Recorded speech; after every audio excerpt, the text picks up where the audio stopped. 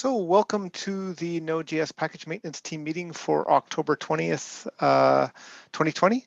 We'll follow the agenda that was generated in the repo in issue 417.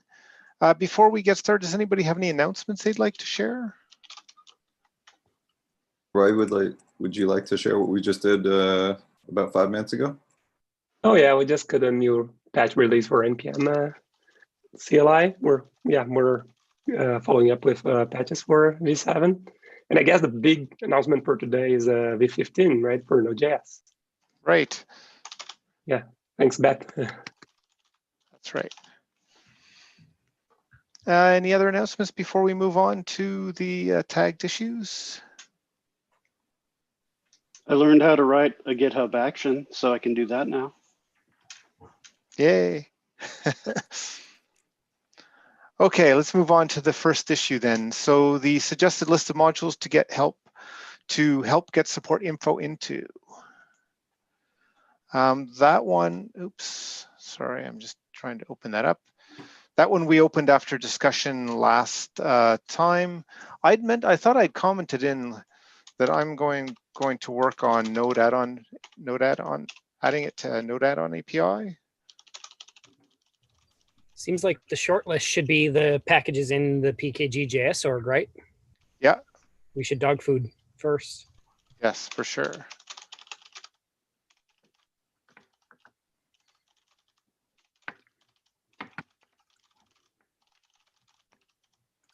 I know it's in the support info, the support one for sure, because we use that as part of the testing. So yeah, this is just a tracking issue. Basically, the idea is, if we can get volunteers or among ourselves work on different ones to start moving that forward. Just comment in there the module that you're gonna work on so that we avoid overlapping, or make suggestions of ones we think are important. And so I don't know if there's anything more to talk about that one this time, other than just if people have time, it'd be great if we could start working that forward.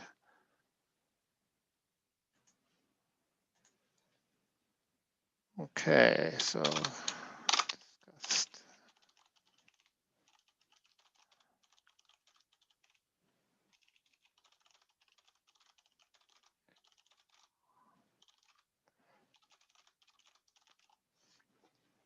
that is the, sorry, I'm just fixing up the notes here. Okay, the next one is the publishing strategy for PKG.js packages. That's issue 410. That was opened by Wes. You opened that. I don't know if you want to take us through that. Yeah, I think the discussion was sort of, we have a scope. We have to manage the user permissions. I just wanted to make sure we had the discussion, and we sort of have had the discussion. And I think, Dom, it looks like you were the last one and said, can we close? I think so. I think maybe we can close. I mean, we don't really have a, yeah. Do we have a, did we arrive at a conclusion? Yes, that was the question. Yeah. From my perspective, yeah, we discussed the pros and cons, and we said that, I don't know. What did we say? Did we arrive at? Right. Yeah. It's like, let's capture the result. Yeah. So I think we discussed that publishing in two namespaces, in the global namespace and in the scope namespace, is extra work and a bit wasteful with unclear benefits. Does that? Yeah. Completely agree. So we've for sure nixed that. I think there was some question because part of the reason why you were saying it's easier to NPX a package is because NPX had problems, but now that NPM 7's out the door, like maybe we can revisit having people NPX scoped packages, right? Did that not work before? It does work, but it has a gotcha in that if your scoped name matches, so if you have something which is at scope/pkg and you have a binary which is called pkg, then NPX will happily execute that regardless of that. So there is a namespace collision in terms of naming the package when it's installed in .bin. So, but that's a bit independent of our strategy here. Yeah. Right. So it was just sort of like, do we want to risk pushing people toward that particular gotcha? And I think the answer is no, but also now that NPM 7 is out, maybe have you all, I'm looking at Darcy and Rory, sort of tested those workflows to see if those bugs have been fixed in 7? Because if they have, maybe we I mean, it's worth following up with Darcy and folks, I think, to ensure that that's fixed. But even if it's not, it's going to be a long time before everybody upgrades to NPM 7 or later. So I don't know if that really resolves the issues. It just kind of is a good thing to fix. Yeah, I guess most of our target audience are probably people who are excited about NPM 7 and probably have installed it already. So I'm not super concerned for our packages. Anyway, totally, this is maybe a digression on the issue. So I think, I guess if we agree, dual publishing is not going to go. The only other thing, right? The added step is anytime anybody publishes a non-scoped package, they have to transfer the ownership over to PKGJS Oregon NPM to make sure that we can manage the permissions and publish rights properly. So that's the added step, which I think isn't documented anywhere. When would it be bundled with Node, that version 7? That's what happened today, 15. It did. That's right. It did It's on 15. 15. Okay, I saw the email go out. I haven't read it. I saw Beth's name on it. Yep. I have a new team. I have other issues. So that's a big thing. So how long? So was it April 2021 for 16? That's really when, yeah. So right, and well then, but then really October 16 when it goes LTS. Right. Except people can upgrade NPM 7 on their own, but before it's the default with an LTS, it'll be a year. It's not latest either. It's under a next this tag, right? Can I have a quick question regarding NPX then, so that we can close that side? Is there a plan for NPX on 6? The backport? Either backport or whatever. Is there any kind of plan, any specific? I'm just wondering if it's right worth now. raising. Is it worth raising the issue, or where even the issue should go? The issue should probably go against the CLI repo today. So there's a deprecation. Okay. We've got a backlog ticket to actually put a deprecation notice on the README for NPX. But yeah, this is sort of tangential to, I think. Yeah. Sorry. Did we discuss this on the RFC call? There was, I think maybe Jordan brought up whether or not it'd be valuable to import NPM 7 into NPM 6 to replace NPX or something. Was that decided not? I forget what we decide, but I think it's tangential to, or like, Yeah. to this. Okay, I'll set myself a reminder and I'll raise the issues that were related to NPX on CLI, and whatever happens on 6, I guess we'll have to wait and see. And I'll make a quick comment on this issue, just saying the only remaining thing is document that when you publish a non-scope package, you have to transfer ownership. I'm not entirely sure where that gets documented, probably in the charter doc or something, but I'll try to find it. Okay. So basically, we're going to publish all of them non-scoped. No. The answer is do what you want. As the maintainers of the project, Okay. do what you think is best. So like, we're not going to move PKGJS NV and PKG, whatever those couple other random ones that are published under the scope. Like, there's no point in moving them. It's just if it makes sense for Will I Break You to publish under WIBY, then that makes sense for that project, and we'll just move forward with a sort of freedom to choose model. Okay.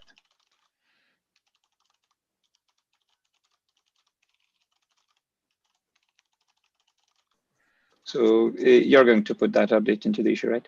Yeah. Okay, cool. Thanks.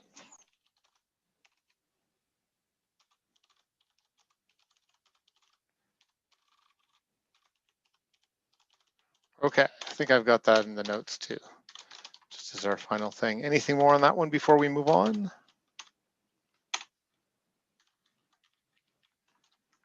No, okay, the next one is building create PKG number 404. Yeah, so I saw that Chris was the last to comment on this in terms of the question for like why we even want to do this or why this is that right, Chris? Yeah, I don't know what's going on here, so I was just curious about it. Yeah, not a problem. I think that this came out of over a year ago when the support support JSON spec and that discussion came around. We were talking about how npm init could potentially help support the adoption of that. And from that, sorry, the adoption of what? Like the support schema and the recommendations in terms of that. So support schema, I think, has a whole bunch of information about it, which is almost like a quasi SLA, and that's documented. Right. That's documented and drafted. Maybe not even in draft anymore. I think Chris is the link I pointed you to in the other issue about, the modules we're trying to add support info, and I pasted the link that has the spec for that. Yeah, so that's like historical, like how this came about was, how can npm help to support pushing forward like best practices and standards that this group decides is, and sort of like, and also broadly, like how can we do a better job with npm to almost like privilege this in a more meaningful way. And the create-pkg package came up because it aligns with essentially package maintenance, and like, as you can see, like the way that it could be executed and run looks very much like it's like a privileged package template or init. So. And there was a couple of other examples other than just what's coming out of this group. We were thinking of things like the type field. So that got brought up as an NPM RFC to add to a init. There's the exports. And the general idea is relying on NPM to scaffold, to do all that work and keep up with it is more difficult, as an approach, and it'd be better if it was community owned. So like, as the modules team decides to roll out exports, they in theory could come to us and say, here's a package that implements scaffolding out the exports. Can we just PR it into the pkg.js create repo? And then that would be what we point people to. And then they get the benefit of all those new, things being scaffolded into their project based on, we'd sort of be, I hate to say it this way, but I think it's the right way, is like we're sort of gatekeeping a little bit on what goes into the baseline package experience, right? We're just saying like, look, we're going to give you some good things that we as the package maintenance team have vetted and worked with the rest of the node project to provide to you. But you can also go and add your own, and that's where the architecture proposed in that document is sort of to like help this be a better foundation than npm init is today for those kind of workflows.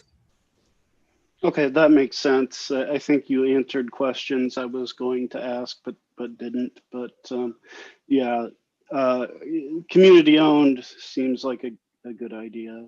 So.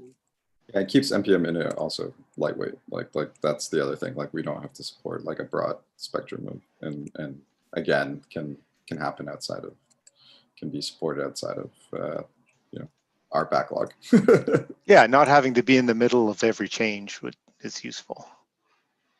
And also there's things like, if we follow a model like create React app, there's no reason it's not usable totally outside of, NPM or whatever, so that people can start integrating more deeply into their tooling, but still have that sort of kernel at the foundation, which is what we say, like, hey, look, these are the things coming out of the node project that are best practices. These are what you should be following.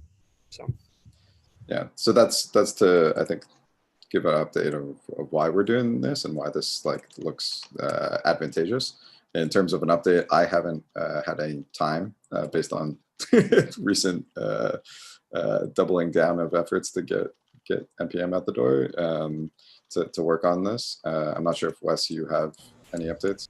I I do, and they're all sitting on my local machine. I just need to push the stupid code. I went through and I got a functional version of that package that I had already started, and then wrapped it up into this, this name. And then I think I tried. I should have just pushed the code. Instead, I tried to write some tests to prove that it actually was functional. And then that's how it's been sitting. So maybe I can carve out some time for that real soon. I feel bad because I said, oh, I'll just set the foundation. I just need to push the code, even if it's broken. Somebody else can fix it if they have time.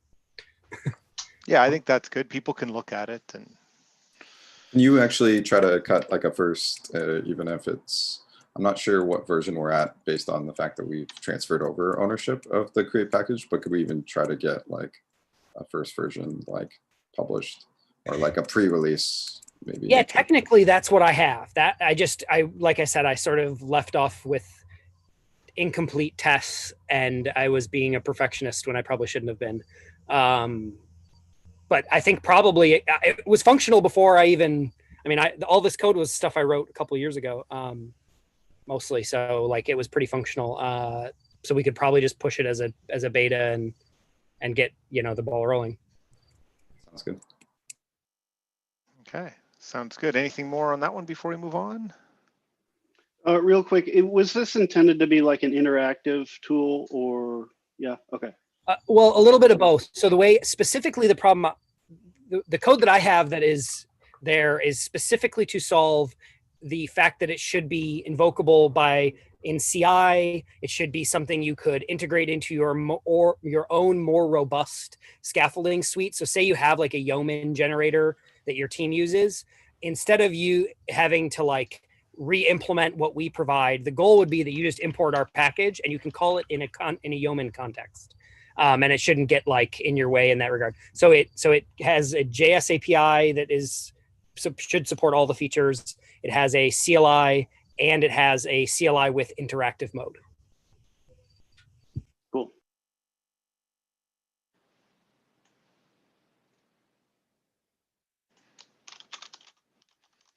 Okay. And yes, it should do better than scripts.test being echo no test specified. I know you might like it, but we should probably come up with something better than that, Chris. I'm going to die on that hill. All right. Okay, so let's move on to the next one, which is suggest ignoring a vulnerability by the package maintainer, number 386. I think this actually, Wes, you wanted to talk a little bit about the collaboration space. It's a good time to jump in there. Yeah, good point. So there's been a bunch of discussions around this historically, like for years. And this is sort of the culmination of a lot of those discussions. So some of them are happening in NPM specifically. I'll probably maybe let Darcy talk a little bit about that side. But the collaboration space and the goal, so Michael proposed this to the OpenJS Foundation. The idea is there's certain times there's these cross-cutting issues, and we don't really have like a good place to host those conversations. This particular one, in theory, should touch NPM, Yarn, Sneak, the package maintenance working group, like a bunch of different groups, other security researchers and reporting companies. So the idea is to try to get more people at the table and discuss like, why has this been such a pain for everybody? Like there's so much noise, so much frustration in the ecosystem. Can we find some proposal that everybody can get at least a little bit behind, and we can then, help improve the situation? So outcomes from the collaboration space that I think would be sort of goals would be like getting NPM, Yarn, Sneak, whoever else runs a PNPM, whoever else runs like an audit call to sort of buy into some sort of proposal for how we would change reporting that to the user. Another viable option would be we actually go and talk with some of the major players here and get them to agree to change their entire reporting ecosystem practices, right? Like there's a lot of things we could have as an outcome from the collaboration space, but the real goal is like just reduce the frustration, that like maintainers are taking the brunt of. But then even for end users, when they see 40,000 audit results in a project they haven't touched in 6 months, and they're like, what what am I supposed to do? So that's the goal of the collaboration space. I'm trying to think what is the next. Oh, the next step is we have I think we're trying to set up our first quick discussion meeting. Is that going to be open? What's the structure? I think like Darcy and Wes have volunteered so far to be champions. So just we're setting up on Friday at a time for Wes, Darcy, and myself to write up the proposal for the collaboration space. Anybody else who's interested is welcome to join as well. And then that will I think we'll get reviewed fairly quickly by the CPC, and then we'll have a repo in the OpenJS Foundation where we can set up meetings. We could have like an auto meeting scheduler, just like we have for this one, and so forth. So that's kind of the next step, is to get that proposal in. And we thought I volunteered to be there since it's the first one. And so I'm sure there'll be some questions as we work through the template and whatever, and I can hopefully answer them. And so. Yeah. I'm just gonna say +1 to everything Wes said, yep. And then also to what Michael said. So yeah, I guess to top that up, we've definitely had these discussions for over a year now, over in the NPM RC calls. But I've also been having internal discussions at GitHub with security folks, including Dependabot, EMs, and other folks there, and they're interested in participating in this. So yeah, bring more people in, and again, like moving the discussion to something like the collab space, I think makes sense. So yeah, make sure that we do something that's impactful here. And I think that it can be multifaceted too. Like I'm not looking for, I don't think we should be trying to create like a silver bullet, because there isn't one to this problem. But yeah, I'm excited to move this forward. So thanks for the help, Michael, in pushing this. So. Yeah, and thanks definitely to Wes and Darcy for volunteering to champion, because that's very important.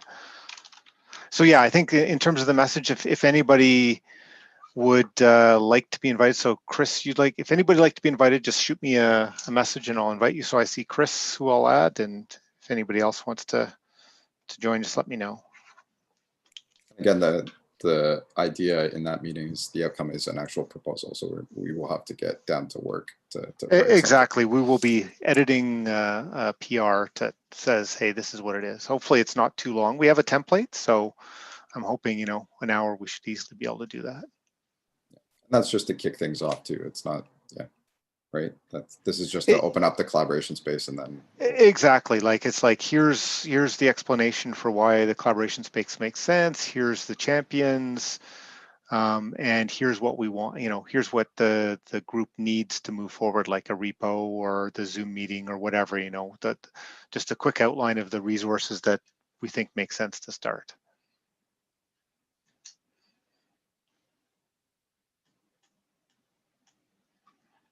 Okay, any more questions like that or on that one before we move on?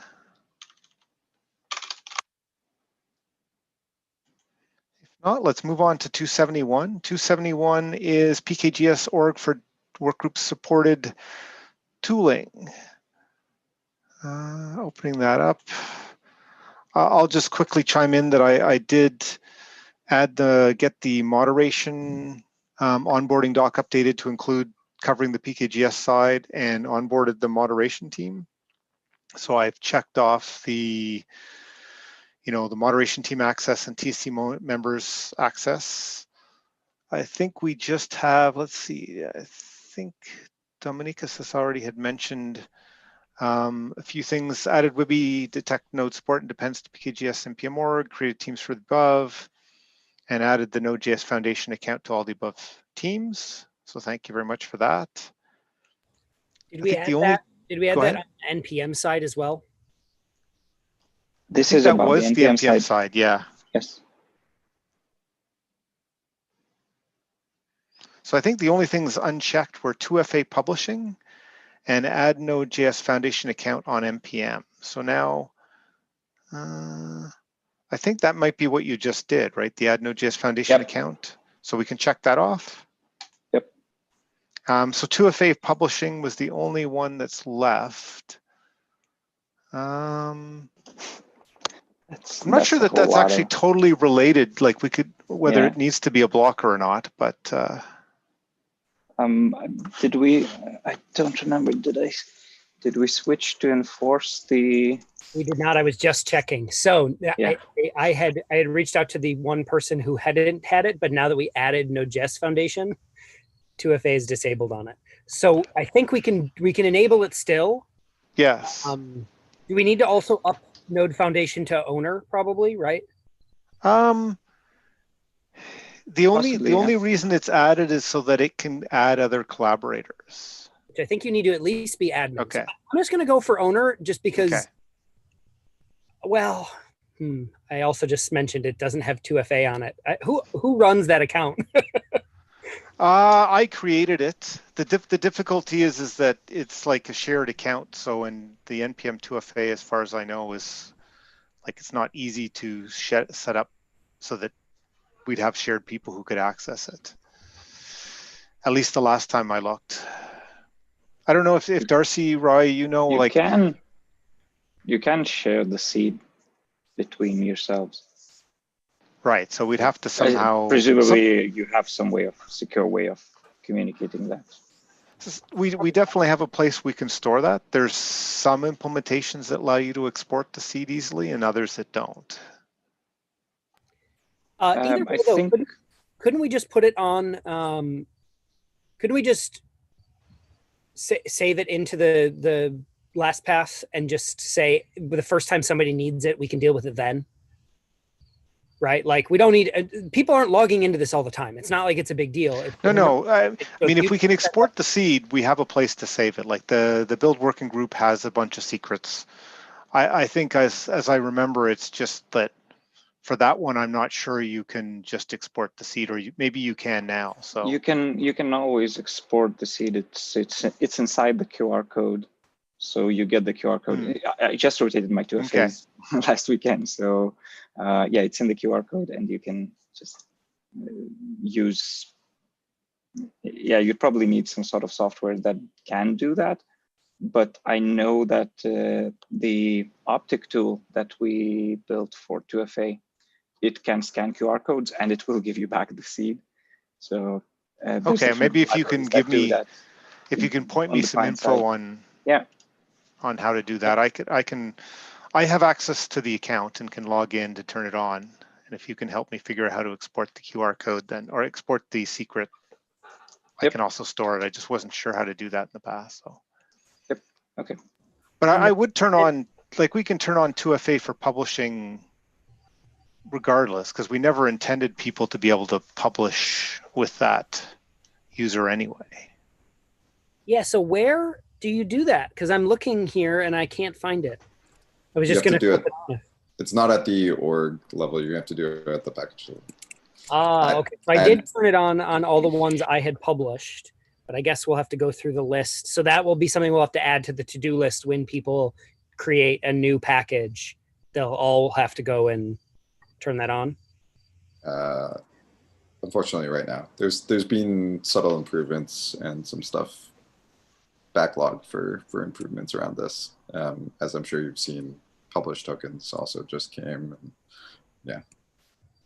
Okay, I'm going through. I'll go through these right now while we're on the call, and I'll make sure they're all enabled. But yeah, that should be a checkbox for when you're publishing or bringing in a new package to the org or the scope. So should we create a new issue to track that and close this issue out? Sounds like a good idea. Okay, so I'll make one here, which is update. Well, so sorry, I was typing it in the other window. I couldn't unmute. I just made a comment on the publishing strategy, which I have to document the steps for assuming an ownership. So I'll just add this into that as well. And I'll do I'm literally going through the packages right now. So I'll make sure it's enabled on all of them. So no need to do a tracking issue. Okay, Perfect. So I will just check that check mark and we can close out this in terms of the new org being set up.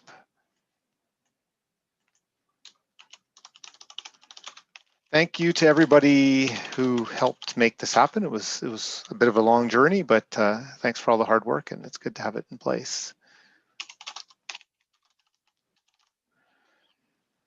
Okay, so let's move on to the next issue then, which is, okay, all complete, closed. Next steps on support levels in package.json.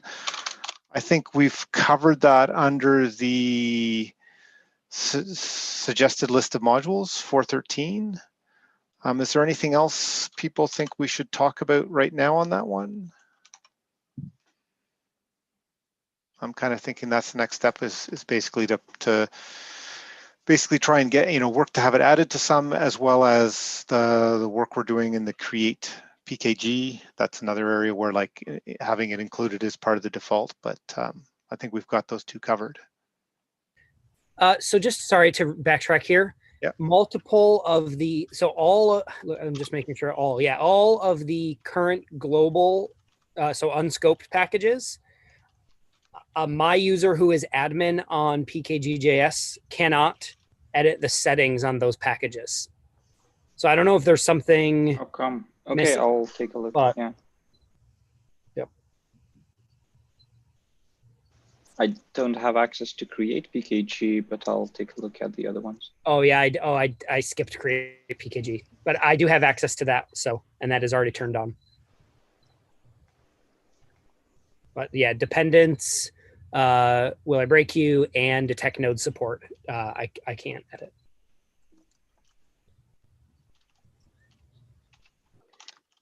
So it doesn't seem to be on the agenda, but did we ever talk about query string?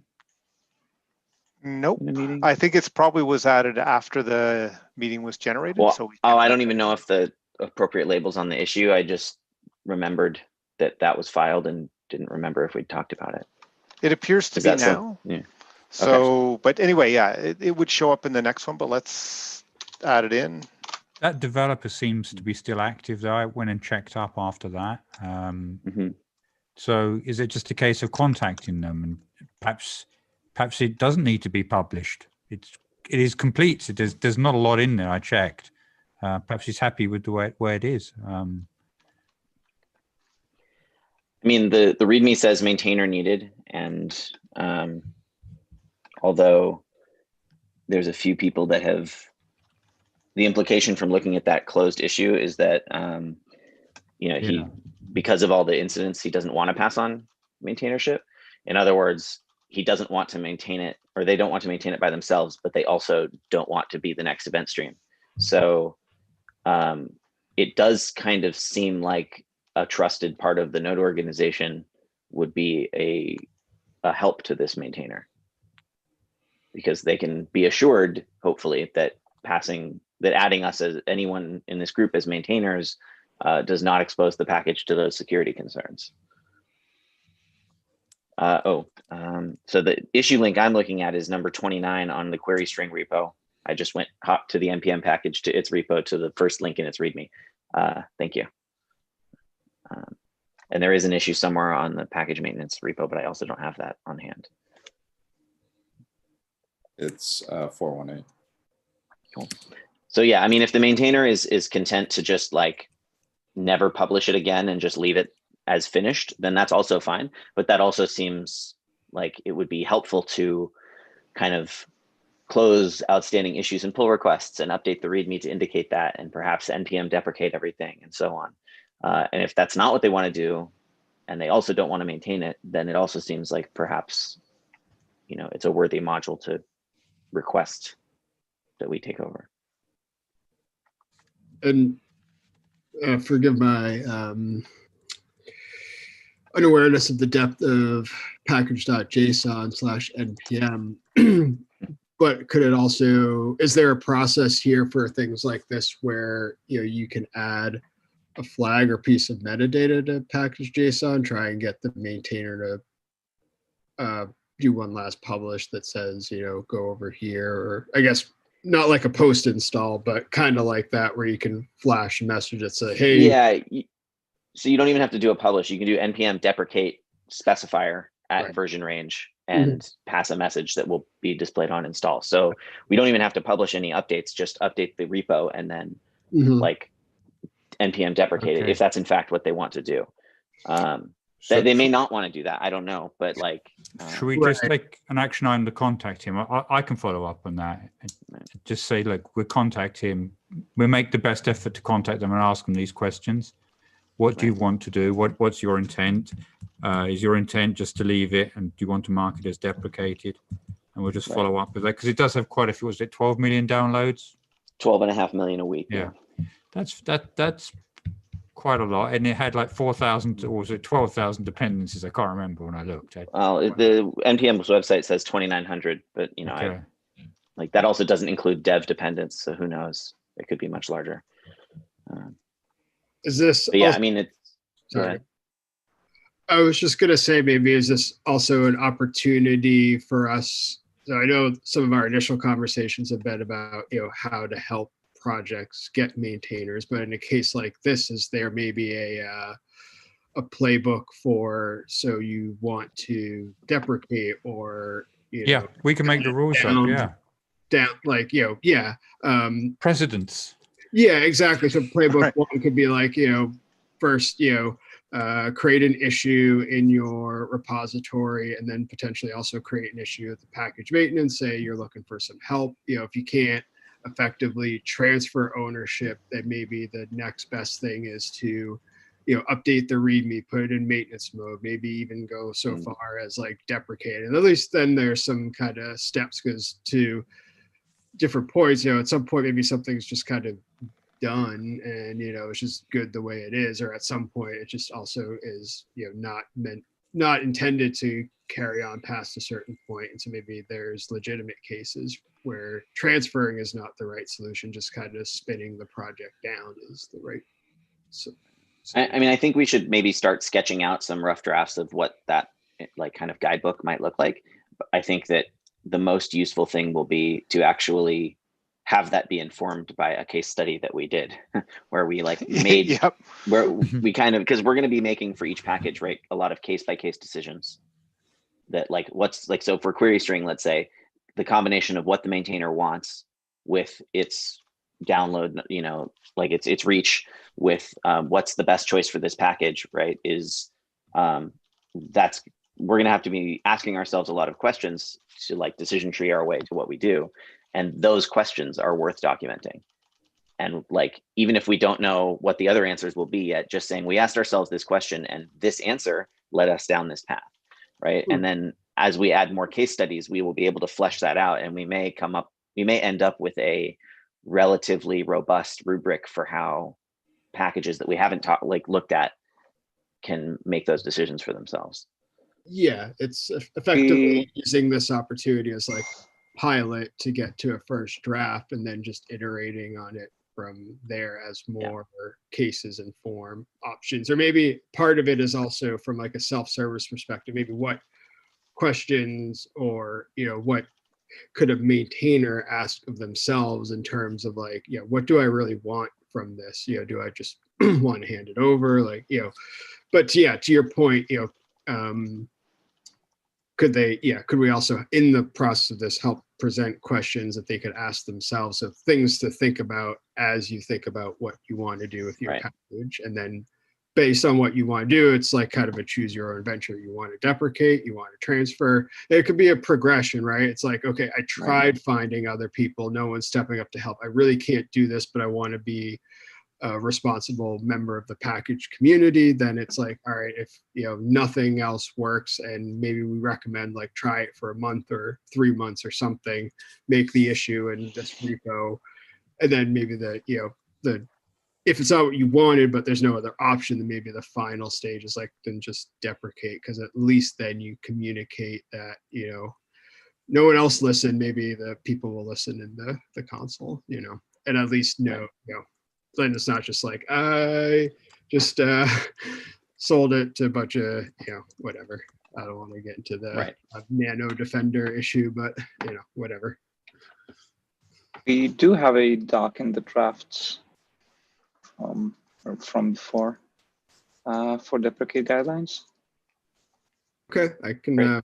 maybe I don't mind picking those up. Maybe I could do a draft or something. Or I know that we also So I know that we also have some links on the README to kind of give breadcrumbs to more of our documentation. I don't know if it's worth singling this one out specifically, so it can be easily kind of linked to, but I guess if there's a doc in the docs directory, you can just as easily link that, but we can kind of discuss discoverability when I open the PR, I suppose. Or I could make that part of the issue we could chat about until I get a draft up, but. I think it's Glenn's volunteering to reach out. Yeah, I'll Once try we and figure out try what and they want to find him, yeah. do, Yeah, then let's using just- that as a real world yeah. case sounds great. Cool. Yeah, should I make or revive an issue around deprecation guidelines if those exist, or just wait till Glenn's done his contact? If it's still in draft, it might make sense to go take a look and see, like, let's get it out of draft if it's stuck there. Right.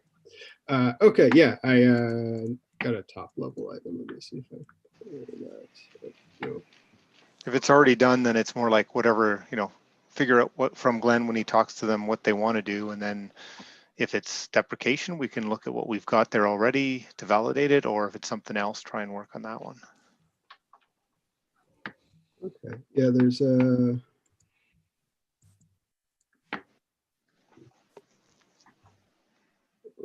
I broke my link. Hold on a second.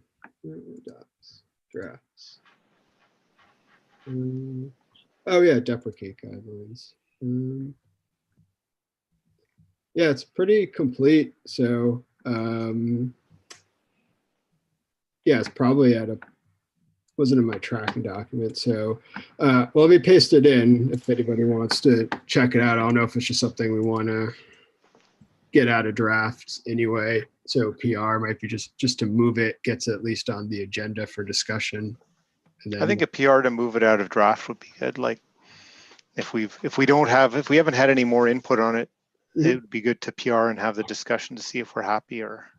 Yeah, and yeah, we can do that in the context of this discussion. So if we can get some extra, apply some additional context as we get ready to merge it in, we can just update the PR. So I could probably do that by next week if Glenn has a chance to do some outreach, and then we can kind of merge the, or we can discuss those two in a couple of weeks and, figure out if we need to do any updates in either case. So I'll work on doing the drafts PR if Glenn wants to do the outreach. Yeah, I'll do the outreach, and then I'm going to get back to integration testing. Okay. I've had lots of other things going on just recently. But I make time to turn up. Yes, it's. I like your setup down there. I believe that you've got like 5 things happening at once. That's work. There are very good reasons. This is open source, identical setups. Like me too. I've got an office upstairs and I'm down here. Yep. Sounds good. Okay, so the only other thing I thought that might be useful is we could look at PRs. It seems like we have a few which are a bit stale, or like we haven't moved them forward for a while. Let me just share the screen on that one.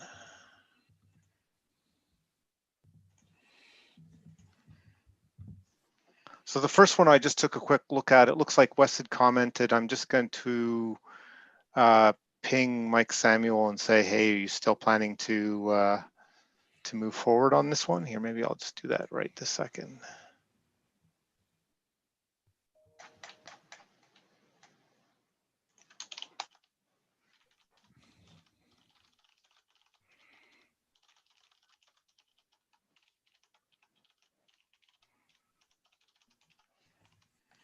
Okay.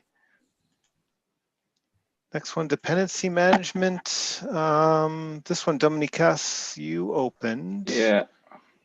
So there's one point that we haven't come to a conclusion on with Jordan, and I wasn't sure how to reword it.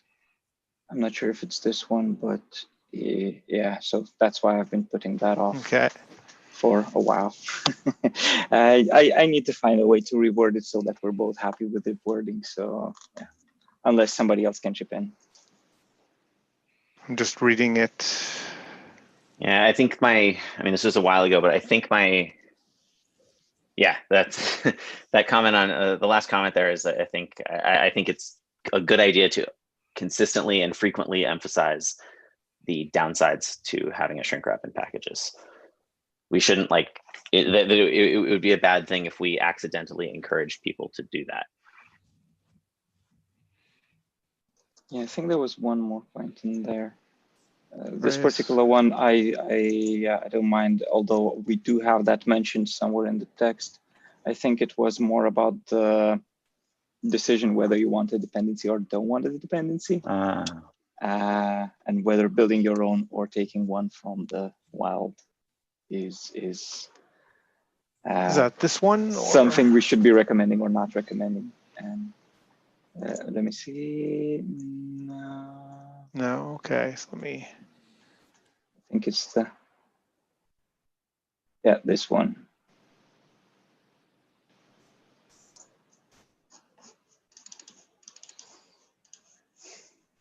Okay, so it's somewhere in here. Okay. You need to dependency at all.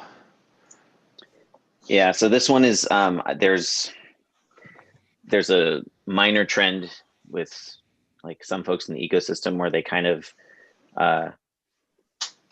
they use dependencies as a negative term, meaning like they what's the word I'm looking for? They put things on pedestals that have zero dependencies, and they have an outsized measure of the downsides or the costs of adding a dependency. And I think that catering to those attitudes is actually a really bad idea for the ecosystem. Like the reason the ecosystem is large is because people have lots of dependencies, and because they, what's the word I'm looking for? Like they modularize their code a lot. Yeah. And it's fine if my perhaps other end of the spectrum of severely preferring lots of small dependencies isn't something we encourage. I'm not trying to push my viewpoints. I'm trying to be very sensitive to things that crush my viewpoints, if that makes sense. Is it like, I certainly feel the pain from every dependency in especially large company setting is more work. Potentially, sure. Well, it just from the legal review that has to take place. Like when you run a scan, you potentially get a report from every module, and so every module that's added potentially could like if the license doesn't match MIT exactly or whatever, could and does result in extra work.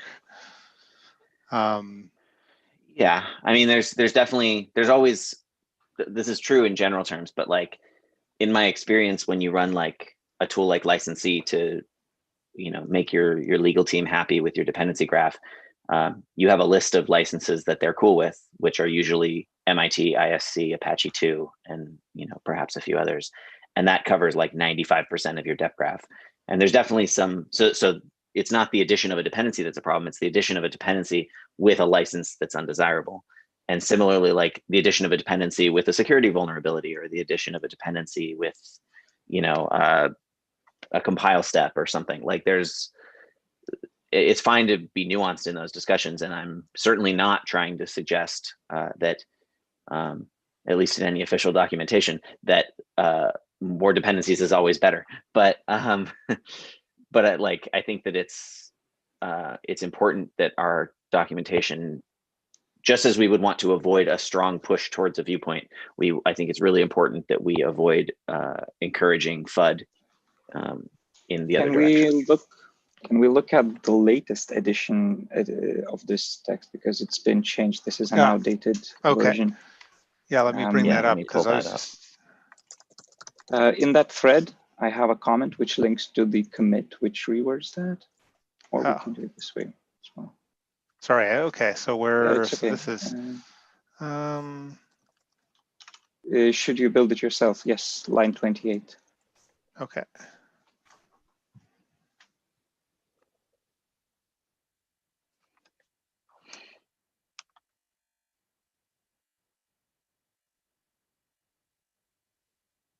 Yeah, I think something like that is a reason, like with a balanced, that doesn't seem to really advocate one way or the other. It just says think about it, right?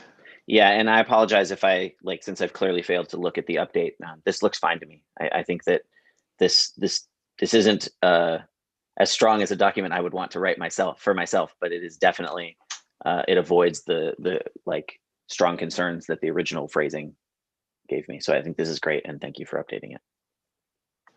Awesome. Can you resolve then that particular conversation, and I'll go through the remaining ones and see what's. And later today I'll give it a whole re-review and make sure that everything you. I've commented on is either resolved or bumped. Awesome. Thank you. Okay, thanks. Great. Sorry, am I right? That's just if y'all want to go get some approvals, we can merge those. That's just the response to the. There's more edits coming.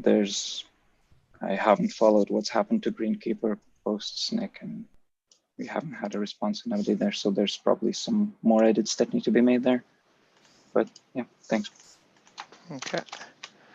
So that's that new one. Okay, I was just surprised we're going backwards. We resolved one. There's one new one. Anyway, not really. Dependency management. We just talked about tools. Bevery's automation tooling. So I gave my piece here in the end. I think we shouldn't have this. So I've been, we've had a list like this for Express for years. And to be honest, it's just more of a pain. Half the things are out of date. If you're not regularly keeping, up with it, it's just pointing people in bad directions a year from now, right? It could be great now, but it's a mistake in the long run. So I would vote that we just delete this file. Right, and now we have an org where it's kind of like you can go and look in that org and find those things as well, right? Which was specifically the point, is that, then it's actually a living thing, not like some document backwater in the repo that nobody ever touches.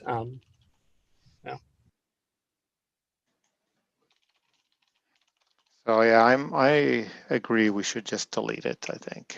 Yeah.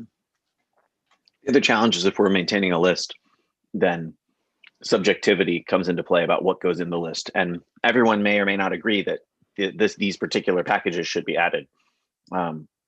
Everyone may or may not agree that the existing ones should be there, right? And we could certainly come to a decision, but there will inevitably be a time when some maintainer will try to add their own packages, and we all think that they're bad packages, and we would end up hurting that maintainer's feelings by not accepting that request. And I think it would be best if we avoided that minefield, that hypothetical minefield.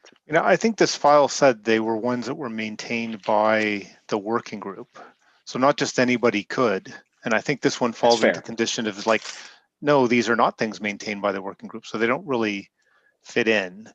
But that's actually a good point and a reason to close this PR just out of hand. But I think that the subjectivity concerns and the out-of-date concerns that Wes brings up, Wes and I have brought up, are worth also deleting the file separately. Yeah. So I'm going to say going to close this out, since we are going to remove the file anyway. Does anybody want to volunteer to delete the file? Raise a PR to do that? I have the repo open in my editor right now. I'll just do it. Excellent. Okay. And I need to drop, but thanks everyone. Dominicus, I will review 302 in a few hours. Thank you. Thanks. Can I, since we're going through PRs, can I add one topic for hopefully a very quick discussion, and we may need to open up a PR, an issue though. Can we switch main to master to main? Since we're going through these, it'd be really easy to just do them all in one fell swoop, and I'd be happy to open that PR as well. I have to drop off because I have another meeting. However, I'm +1 on that, so I'll say that, and I'll make you the owner of the meeting, so it doesn't stop when I leave. Well, we should probably wrap up since it's over time. Yeah. I wanted to throw that one in there just because, you know, No, you're right. sometimes you just have to make it happen. And if everybody here is like, you know, good with it, I'll just do the change and we don't even need to revisit, because it should just be happening across all node projects as far as I'm aware, and as far as I'm concerned, it shouldn't have any objections. So +1. cool. Okay, then I'll just make that happen, and I'll retarget the PRs if I can. Cool. Okay. Well, then thanks for everybody for taking the time. We're a couple minutes over, so we'll close out and we'll talk to everybody in GitHub and see you in a couple weeks.